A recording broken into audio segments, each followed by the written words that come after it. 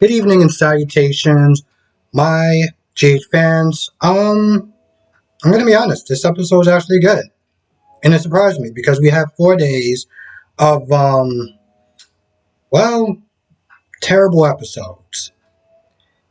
But and I was already ready to write this episode off, but it actually surprised me.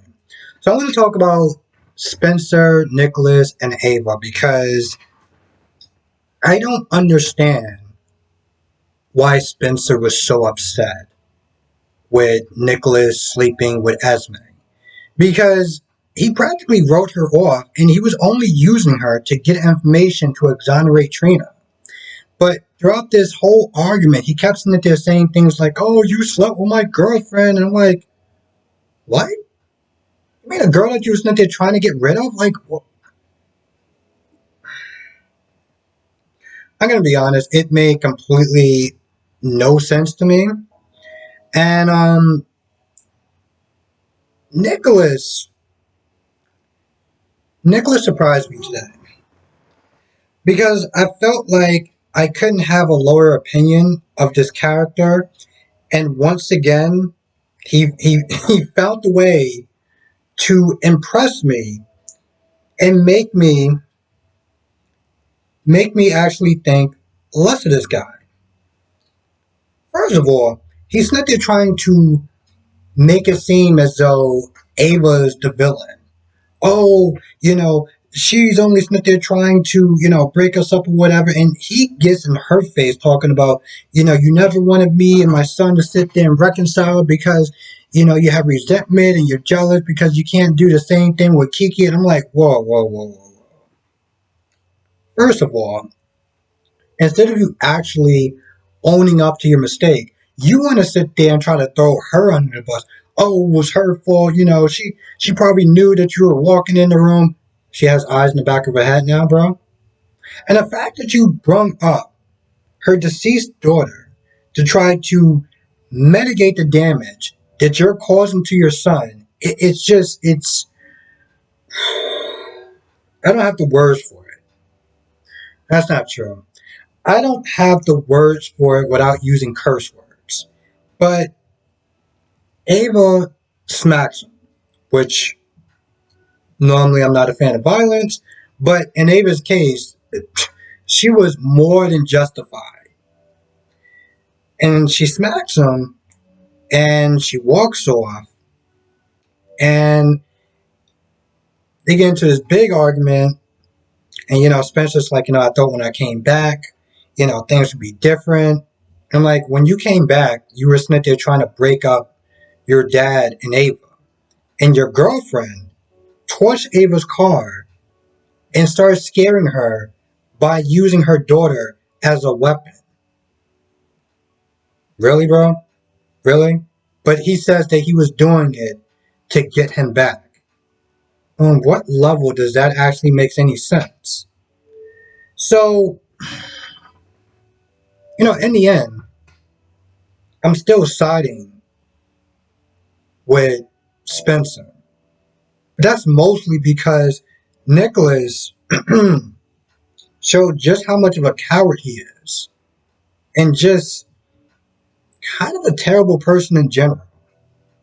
So he walks off and he walks past Victor. Ava walks into nearly a fight that's going on between Austin and this mysterious guy. And I call him mysterious guy because I still don't know who his name is. If somebody knows who this guy's name is, please let me know in the comment section. And speaking of this mysterious guy that, Ava kind of wanted breaking up the fight between, Maxie, I don't understand how this woman. The thing about Maxie is that she can be really smart and has really great instincts when the plot allows her to. But for some odd reason, the minute that this guy comes up and he starts talking about grilling and things of that nature, and it's like you can't read the body language of Austin. You can't sit there and look at his face and be like, I don't know, something about this guy. Every time he's near Austin, he tenses up. but it's like it just goes over her head. And Austin has to sit there and find a way to, get rid of her or whatever to, get this guy alone. And, he's all like, oh, ask your parents what they want on the grill or whatever. So he finally gets this guy alone. And they do this sort of double talk where it's like they have an inside joke that they're just not sharing with the rest of the room. And it was kind of frustrating. And it made me sit there and think, how long are we going to sit there and wait before we find out what is Austin's debt? What is he running from? What does this guy want? And I hope whatever it is, it's not as disappointing or nowhere near as disappointing as the Marshall storyline. That reveal, because that was, I'm not going to sit there and talk about that. But anyway, they're arguing about it. It gets to a point when Austin grabs some carotid artery or something like that, and the guy brings out a knife, and again, Ava stops it, and Ava, continues going on her merry way, until apparently she got stabbed in the stomach by some sort of hook. Now, my guess is it can possibly be Liz, but I think it would be too obvious. Now, Liz and Finn is another two characters I want to talk about, because Finn, the minute that Liz saw Finn's phone and saw it was Sarah that was calling, she was livid. Now, I'm trying to look at this from both sides, because I understand that Finn doesn't like, the fact that Liz is in so much, I guess, torture or pain or trauma and everything like that. And if there's something that he can do to try to help, he wants to do it. He wants to do it not just for her, but for her boys, for Violet, which I'm not going to lie, I kind of felt like that was a bit of a stretch, but I'm like, sure, whatever. Now it gets to a point where he talks about his addiction. He's like, I wish that people, I'm glad that people were in my corner that kept sitting there fighting for me when I kept pushing them away. And I'm just like, the problem with that story, I mean, there's a couple of problems with that, so I don't even know if they really relate. But the problem with that story is that with addiction, no matter how many people kept wanting Finn to try to get better, want to get help and things of that nature, he wasn't going to do it until he was ready, until he hit rock bottom. So you keep pressuring and pushing and not listening to Gregory when he's like, you need to give this woman some space. You're not her doctor. You need to sit there and respect her mental health and how she wants to sit there and proceed, go about it. The fact that he's not doing that is, and again, the whole addiction thing is like, you can't really compare those two. And so she's angry. And although, she understands that in some way, on some level, Finn is coming from a place of love, he's also coming across as kind of controlling and very pushing, and she's just had enough. So she decides to run off. Finn says something about her dad. And, I don't know, that must have triggered something, some sort of trauma or whatever. Because she does sit there and say, my trauma is my business and my business alone. But as she's walking, we see the flashback again. Whatever it is, I'm assuming it has something to do with the fact that Liz's dad was probably, hooking up with some woman that, Liz found out about and was not happy. And it took place in an elevator. So I have a feeling, like I said yesterday or the day before, that Liz probably accidentally wound up knocking this woman down the stairs. Probably wound up grabbing her arm because you saw it in the clip, and probably either tried to pull her and she pulled back, and that's just what wound up happening. I'm guessing that's what wound up happening. Even though she did sit there and say in threatening manners of, if you don't leave my family alone, yada yada yada is going to happen to you, or something along those lines.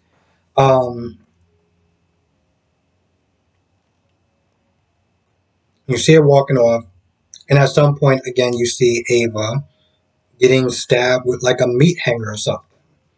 So, obviously the obvious suspect is going to be Liz. Now, Yuri and Terry, I felt like they just had their own show. all they were pretty much doing was just getting to know each other, talking about a necklace, and kind of flirting or flirty banter or whatever people want to sit there and call it. But, if it gives Terry a storyline, I'm cool with it. I mean, even if they just kind of shoehorn in Yuri, which again, I don't really understand what he's doing there since he doesn't work for the Quartermains anymore. Um, what he's really doing there, but at this point, I guess you know what, honestly, to tell you the truth, I want to give them a pass because I do like Yuri as a character. Um, so in some ways, I'm gonna kind of let it slide, even though it makes damn near no sense. Just gonna be completely honest about that. I said this before, and I hate sound like a broken record, but I don't understand. I don't understand the threat level when it comes towards Victor and Valentin as far as Charlotte is concerned. Because Victor wants Valentin to help kind of rein in the family because, Ava and Nikolas and everything like that.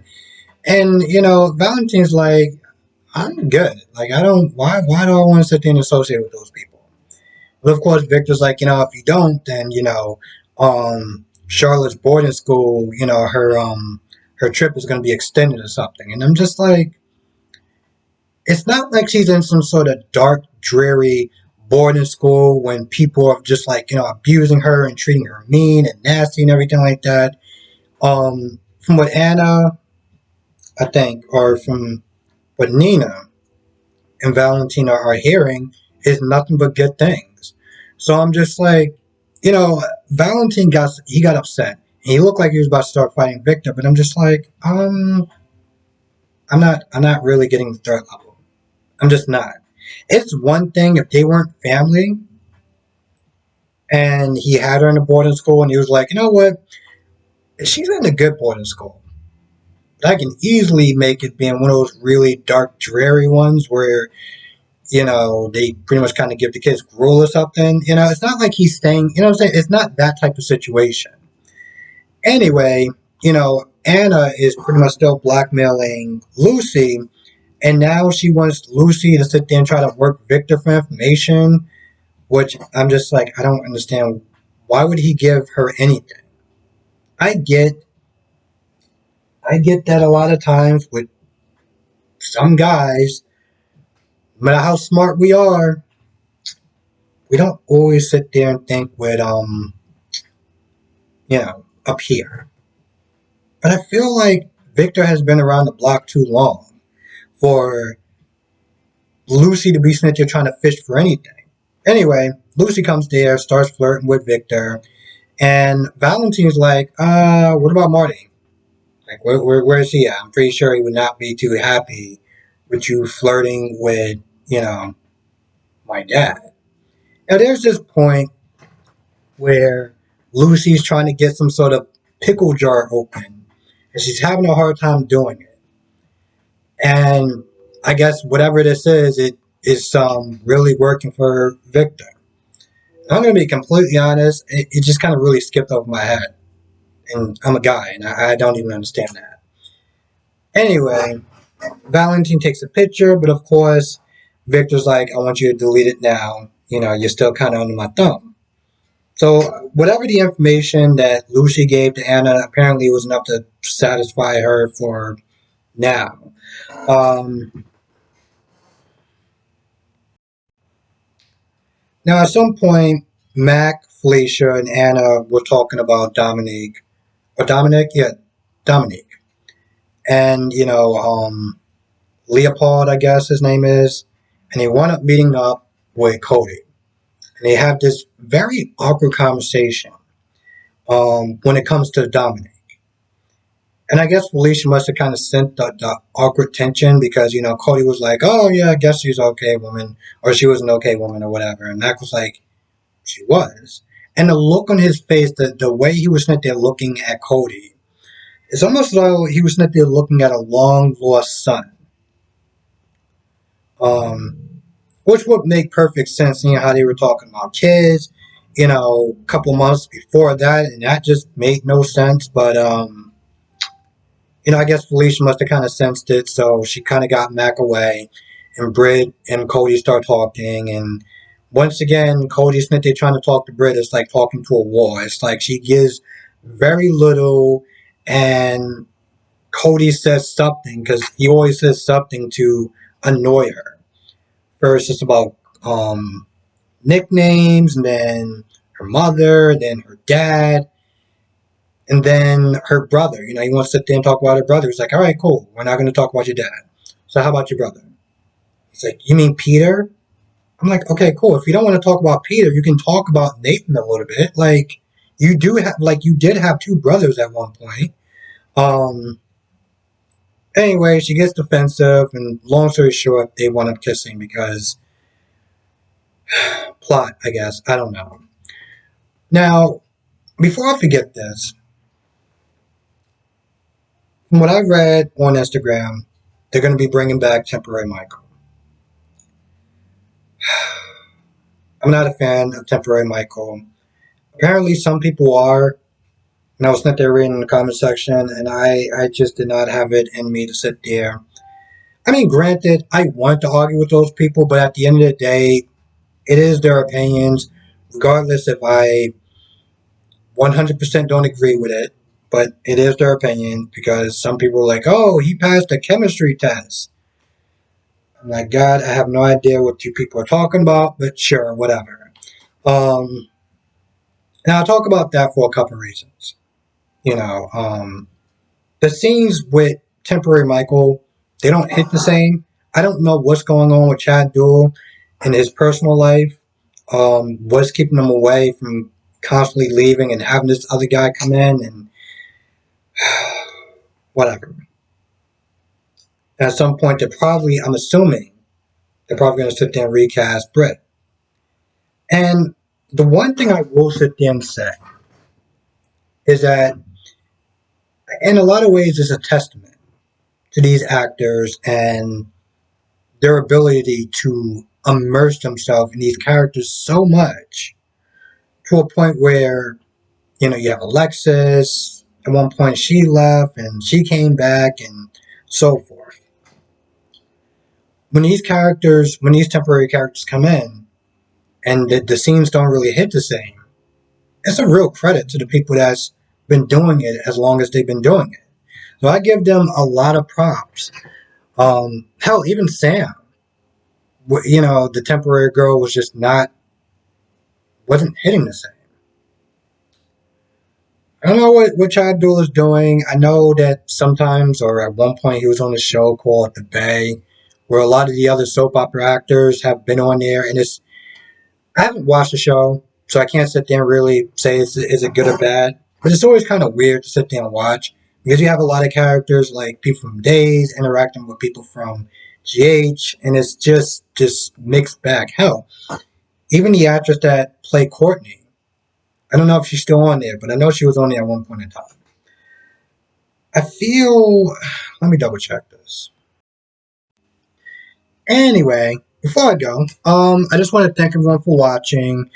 Besides thanking everyone for watching, there is a new feature that I still forget to sit there and kind of talk about or promo, whatever. I guess it's called like a thank you sort of tip jar or whatever. So, if you want to help sit there and, support your channel, if you want to sit there and tip, it means the world. And it definitely does sit there and help me out as far as what I'm doing and just things of that nature. So if you can, that's fine. If you can't, then I totally understand. If you can share the video, I would totally appreciate that as well.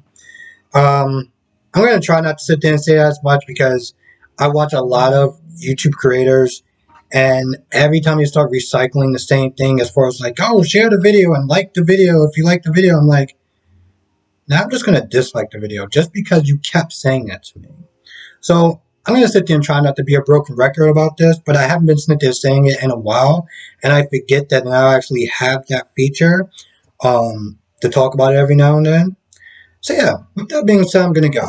I want to thank you for watching. Be safe. Have a great, safe, amazing weekend. And I'll see you in the next video.